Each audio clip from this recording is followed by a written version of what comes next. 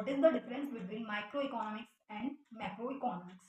तो सबसे easiest way में अगर मैं आपको बताऊं तो जो माइक्रो इकोनॉमिक और मैक्रो में अगर मैं इनके वर्ड्स नहीं बताऊं तो माइक्रो की जो स्पेलिंग होती है वो किससे शुरू होती है, MICR। जो इसमें डिफरेंस होता है वो आई और ए का होता है। माइक्रो के अंदर आई और मैक्रो के अंदर ए। जो आई है वो इंडिविजुअल से रिलेटेड है और जो ए है मैक्रो में ए है वो इंडिकेट करती है एग्रीगेट को।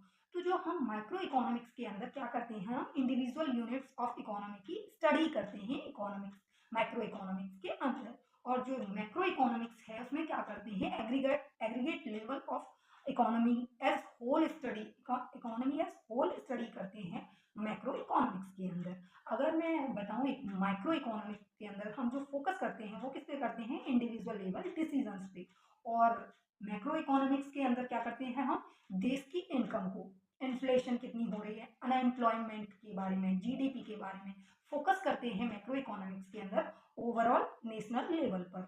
और माइक्रो इकोनॉमिक्स के अंदर किस पे फोकस करते हैं, इंडिविजुअल लेवल पे। अगर मैं एग्जांपल दूं माइक्रो इकोनॉमिक्स का तो इसमें क्या होता है, जैसे कि दूध की कीमत बढ़ने पे कंज्यूमर पे क्या असर पड़ा, तो ये सारी चीजें किसके अंदर देखेंगे हम, माइक्रो इकोनॉमिक्स के अंदर।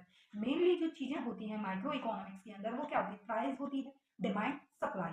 और मैक्रो इकोनॉमिक्स के अंदर होता है इन्फ्लेशन, जीडीपी, अनएम्प्लॉयमेंट, ये सारी चीजें देखी जाती हैं मैक्रो इकोनॉमिक्स के अंदर, राइट।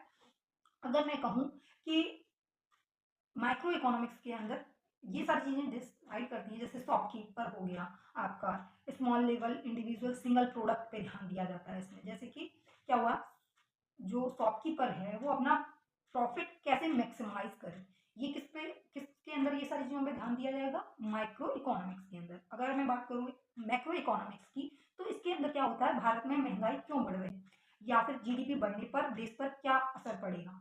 मैक्रो जो होता है वो बड़े लेवल पे पूरी इकोनॉमी देश की देखी जाती है मैक्रो इकोनॉमिक्स के अंदर, और माइक्रो के अंदर इंडिविजुअल्स पे। तो ये सारी चीजें हमारी क्लियर होती हैं, माइक्रो क्या होता है, मैक्रो इकोनॉमिक्स क्या होता है।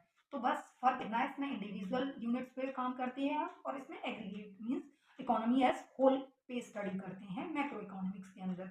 तो होप करती हूँ मैं कि आपके जितने भी डाउट्स होंगे माइक्रो और मैक्रो इकोनॉमिक्स को लेकर वो क्लियर हो चुके होंगे। फिर से एक बार रिपीट कर देती हूँ कि माइक्रो को याद रखना आई से इंडिविजुअल और मैक्रो के ए से एग्रीगेट, राइट। तो इन चीज़ों का ध्यान रखना, आपके एग्जाम में भी आपको बहुत हेल्प करेंगी ये चीज़ें। और अगर इन जनरल लाइफ में देखा जाए तो आपको मैक्रो और माइक्रो इकोनॉमिक्स का जो डिफरेंस है या फिर इनके बारे में जानना जरूरी है। ये बहुत ही बेसिक बेसिक चीज़ें थी जो कि हर किसी को जानना चाहिए कि इनका मतलब क्या होता है, इनमें क्या डिफरेंस होता है।